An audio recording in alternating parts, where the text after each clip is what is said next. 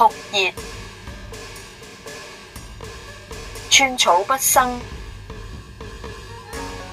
撲滅，苦不堪言，安然，求饒，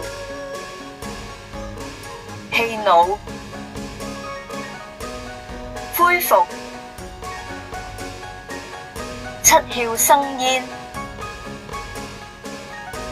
先禮後兵，面青唇白，登時，坐鎮，猛烈，主意。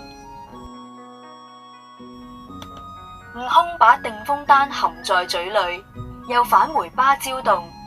鐵扇公主見狀，便又拿出芭蕉扇，對着悟空扇了好幾下。